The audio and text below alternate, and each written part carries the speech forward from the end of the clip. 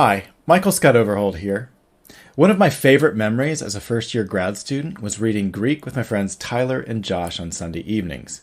We began, of all places, with Origen, the Christian scholar, ascetic, and theologian, and it's this church father who introduced me to the terms ephemein and uk ephemein. These are prepositional phrases that mean in our power and not in our power, respectively.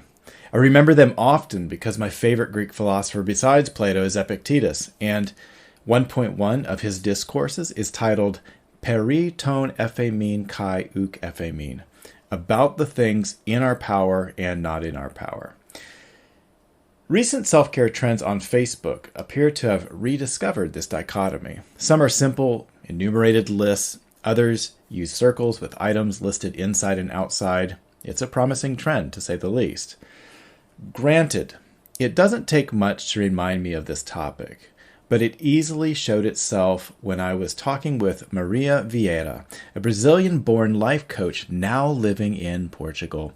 One of her key tools is helping clients manage their focus instead of their time because, as she astutely and rightly contends, our focus is in our power and time, as life reminds us daily, is not.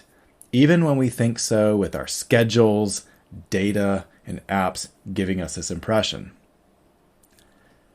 Anabasis is the ancient Greek term for the inward journey or the ascent, and today I'm journeying into the coaching world with Maria to discuss work-life balance, intent versus impact, and the value of managing what we focus on instead of time.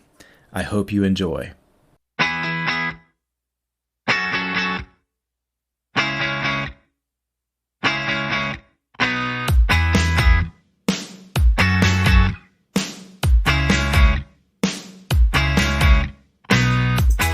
I bring light or awareness to those behaviors. I'm not like here guiding them what they have, what is right, what is wrong for people to do, but at least like they know they're now conscious of their compulsion or their behavior and the impact that it causes to them and others.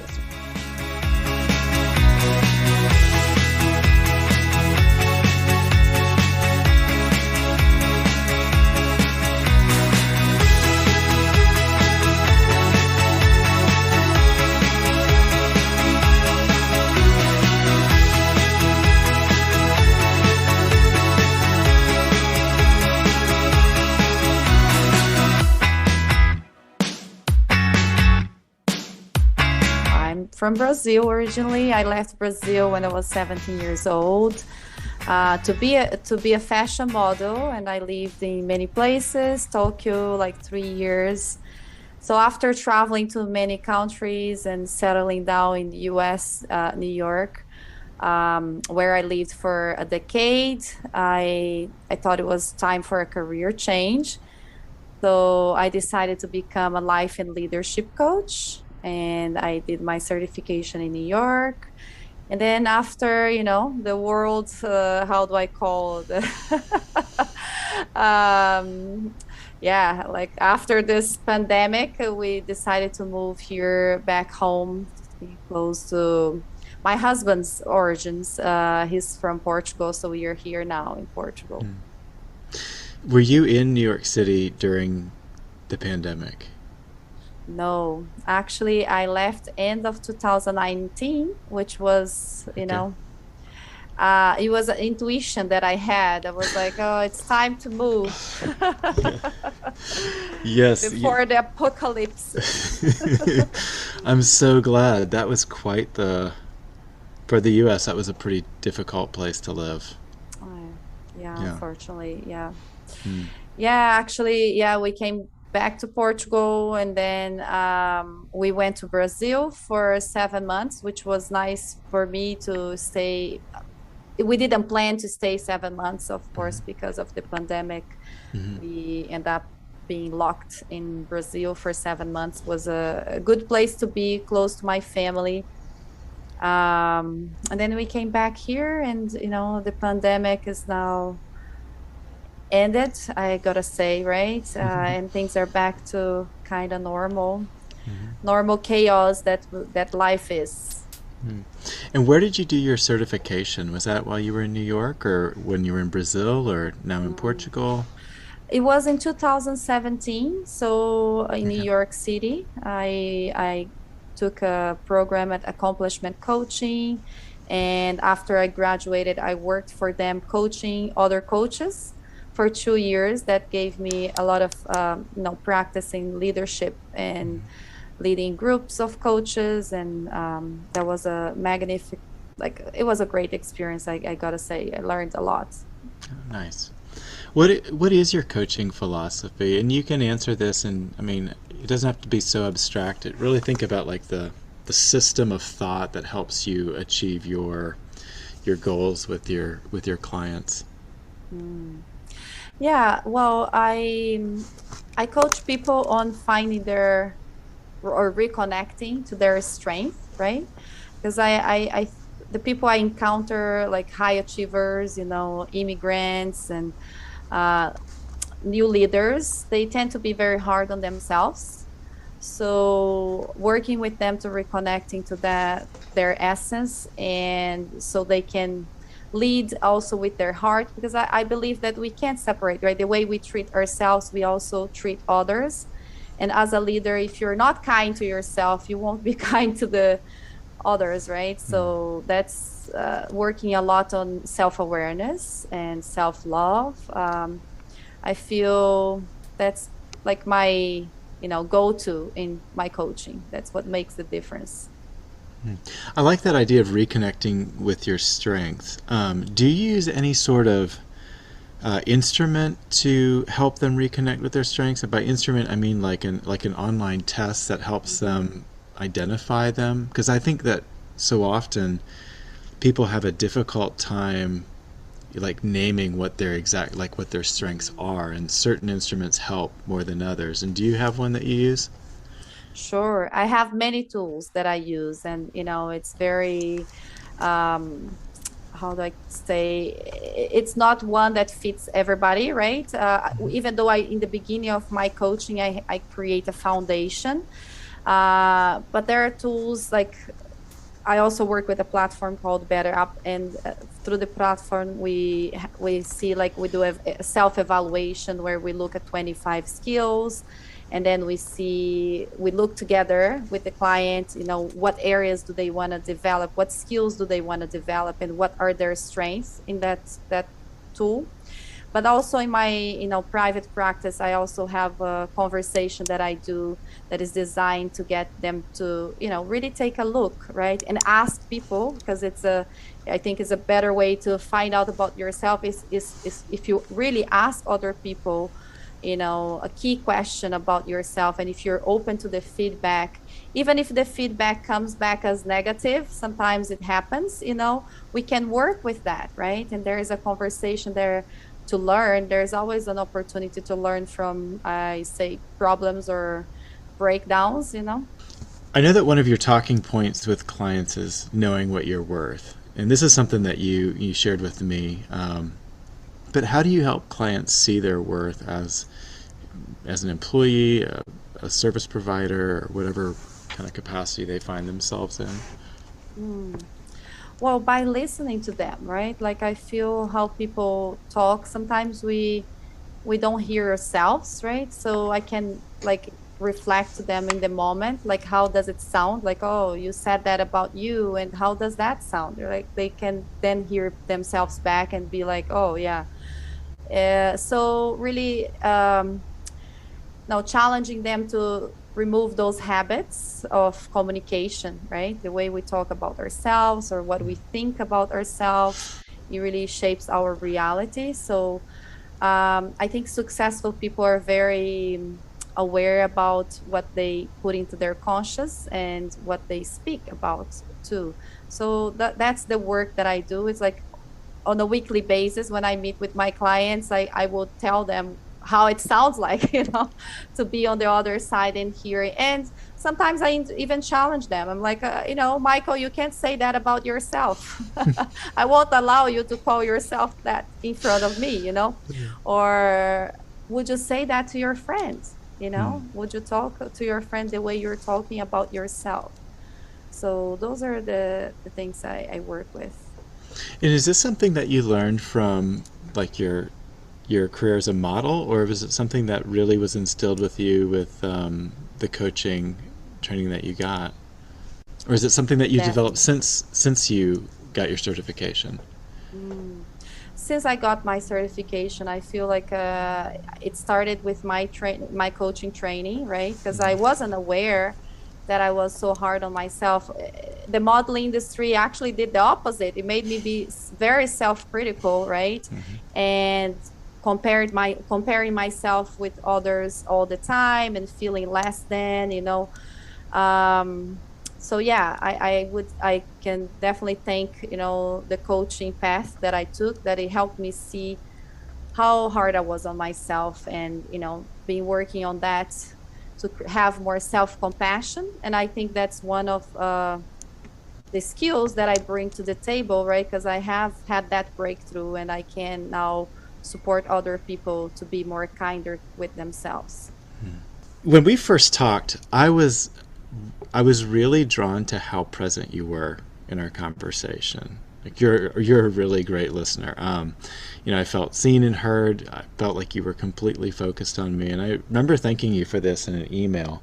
Mm-hmm. And then I saw on your LinkedIn profile that you connect being present in the moment with recharging. How are these two things connected? Like this recharging, being present in the moment, and how do you, let's see, how did I ask the question? I'm blanking on it here. Let me try it again. How are these two things connected? The ability to be present in the moment and recharging on your days off. Mm. Well, to me, it's very connected because when I take care of myself, when I recharge, right? When I take care of my well-being, the better I take care of myself, the more capacity I have to be with people, to listen to them, to have compassion for what they're going through, right? But if I'm agitated, those days, Michael, when you're feeling good, doesn't feel like things go smoothly and you can do it all. And, so if I'm in pain, for example, a physical pain, right? I won't be a good listener. And thank you for the compliment. Yes, you did thank me. If I'm focusing on myself and my own self pain, I won't be a good listener. So my work, I think part of my work as a coach is that I take really good care of myself. So when I'm with people on a call, I can really focus on them. I had recharged my batteries, so I can now put all my focus on my customer, on my client. I see. So it's a self-care issue. I'm taking care of myself on my days off so that I can be fully present with people on work days. Yeah. And yeah, Okay. and I don't know if you noticed on my LinkedIn, but like my audience, or what I work is for work and life balance. So the other day somebody asked me, "Oh, can you coach me on the weekend?" And I'm like, "No, weekends is like sacred for me, It's when I recharge." Yeah. So I can now it start Monday. Before, I used to have a relationship to weekdays, like, "Oh, it's Monday." I can't wait to be Friday. I have no relationship to weekdays anymore. It's like every day is a good day. Every day I'm ready to work. But I also had set the boundaries, right? On a weekend, I don't work. And usually on Sunday, I don't even pick up my phone, because I really want to be fully present for myself and for my kids. I have two kids, as I shared with you. So family is very important for me, and I feel it's important to set like mental and physical boundaries as well, right? Like, okay, time to be with kids is time to be with kids, and time to be with myself. I also advocate for those times because I need to fill up my cup, as we all do.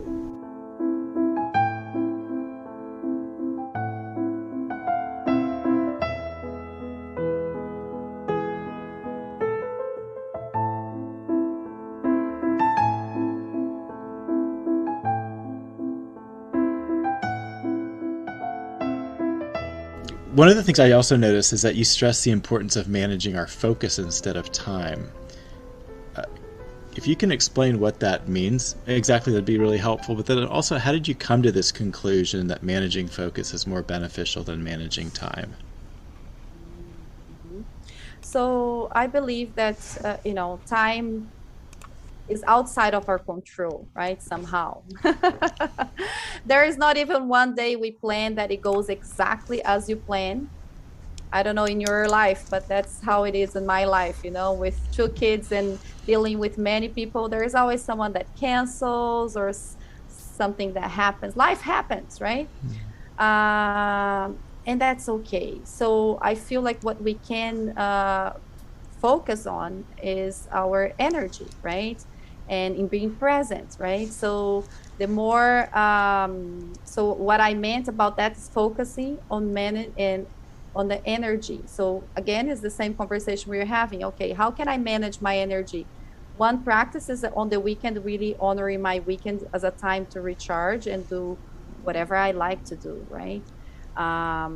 But also on a weekdays is to have those practices that will keep me in place, like structures, time in between sessions. I usually give myself, a 15-minute break in between sessions, give myself some time to, walk to the kitchen and get some water, or, do some breaks to breathe and get present again. We're not a machine and we shouldn't work like a machine. I feel that we are more productive if we're recharging in between than if we're working on, like, okay, long hours. And okay, not everybody can say I will take 15 minutes between sessions or meetings, because I know, and I work with leaders in big corporations, they don't have that luxury. But we all got a minute, right, to recharge, to get back to ourselves, before you start to the next. So I think that's the part of focus. If we focus on one thing at the time, sometimes a client show up and it's multitasking. I'm like, okay, that doesn't work for me. You can't multitask with your coach on the call. No, that's not allowed. But not because of me. It's because it's not in service of them, right? I know a lot of people have to multitask being a meeting and then, or three meetings at once. But you can't really put your attention. If it's something like, you can't drive and do something else at the same time, right? Because it's something that really requires full attention. So focus is very important. I rather finish one thing and do one thing at the time than be doing like 10 things. If it doesn't require my attention, of course, I can be here on a call with you and the laundry is getting done. That's okay. It doesn't require my presence. And how does this work in terms of like prioritizing tasks during the day? Yeah. Well, we tend to operate on automatic, right? So to do busy work. So for me and for my clients, what I suggest is that apart, aside from the job that you have to do, right? We all have things that we have to check it off our to-do list. Is put one thing that is for your personal or professional growth that is important to you to accomplish, right? You got to move like an inch at the time, but you got to move something that you can reach your goal. If you're only doing what you do normally, you're not going to grow. You stay in the same, comfort zone. But if you want to grow, you got to do extra, which is what you're doing here now with me, right? You're making time for your dream. So doing that consistently, right? Like every day doing, I'm sure you're going to edit tomorrow or the day after tomorrow. Every day you're doing something nurturing this dream. So that's the prioritizing that I say, like at least, every day do something that will take you to the next level. How is your style of coaching contributing to a more sustainable, empathetic world? I love this question. Really, I love this question. I think it's very important for me. The world itself, right? Nature and sustainability, empathy, empathetic, right? So my work, how I coach people on their behaviors, right? So if their behaviors is not aligned with the good of the planet, for example, right? Like, because it's usually we operate on a vicious cycle, pleasure and then pain, right? And then, like, Michael, how long does a pleasure last? That's a question. Very short, you said, right? Yeah, it doesn't last long. And then we have to seek another pleasure. So if we're seeking pleasure on material things, right? Like, oh, shopping, or, some people have those compulsions, right? Or alcohol or food, then what are the consequences, right? What Not is the great. impact? Yeah, the impact on the planet, the impact on your body, on your health. So I bring light or awareness to those behaviors. I'm not like here guiding them what they have, what is right, what is wrong for people to do, but at least like they know, they're now conscious of their compulsion or of their behavior and the impact that it causes to them and others, right? Because people say, okay, intention, like, oh, I had a good intention. Yes, there is a saying, right? The uh, help me here because you're American, you know this quote. It was at Oh, the road to hell is paved with good intentions. Is that it? exactly, exactly. That's the one. That's the one that I was thinking. And you know, I think we also got to think not all about our intention, but what is the impact? Okay, I have good intention, but I can't, and I'm very careful with that myself because words have big impact, So if when I work with someone, I do respect their style. And a client today asked me like, oh, I want you to know how am I doing compared to other people in my level. And it was at the end of the session, and I said, okay, I'll get back to you next week. We put a pin in this question, but of course I will answer to him because it's like, first of all, does it serve to compare, right? Like, is it either we feel better or we feel less than when we're comparing?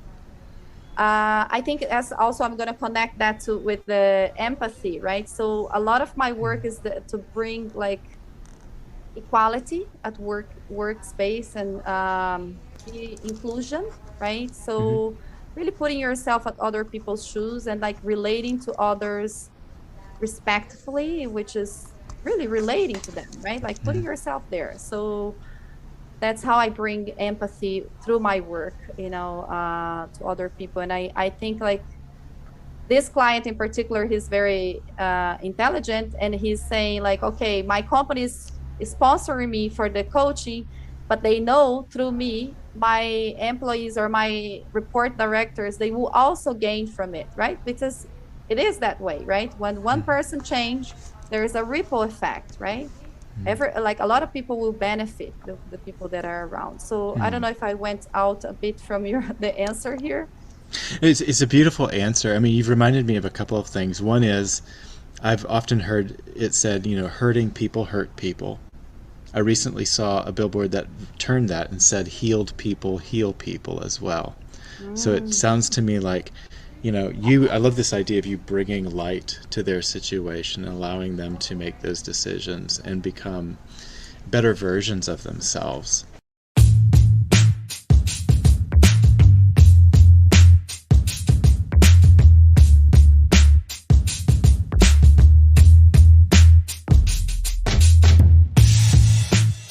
So, when I look at my story and now how I reframe the way I look at my story, right? Before, when I was in a victimized mode, before my coaching, I used to think like, oh, poor me, this, I didn't have this, I didn't have that, because I can tell you, like, I didn't have toys when I was a child. That's true. My father had 16 kids. Like we were doing survival mode, But now I look at the way I look at my story now is like, okay, everything I went through, it prepared me for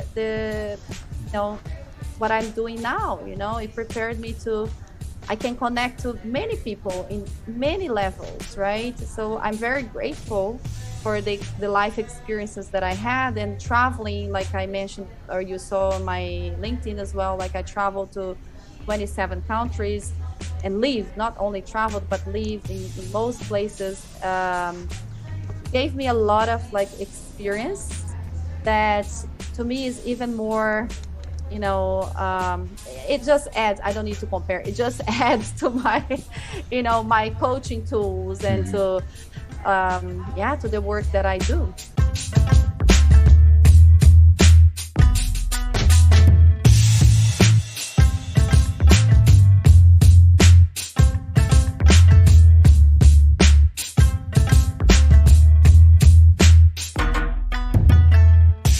Thank you, Maria, for taking time to talk with me. If you're interested in contacting Maria for coaching, you can find her on LinkedIn as Maria Vieira. That's Vieira,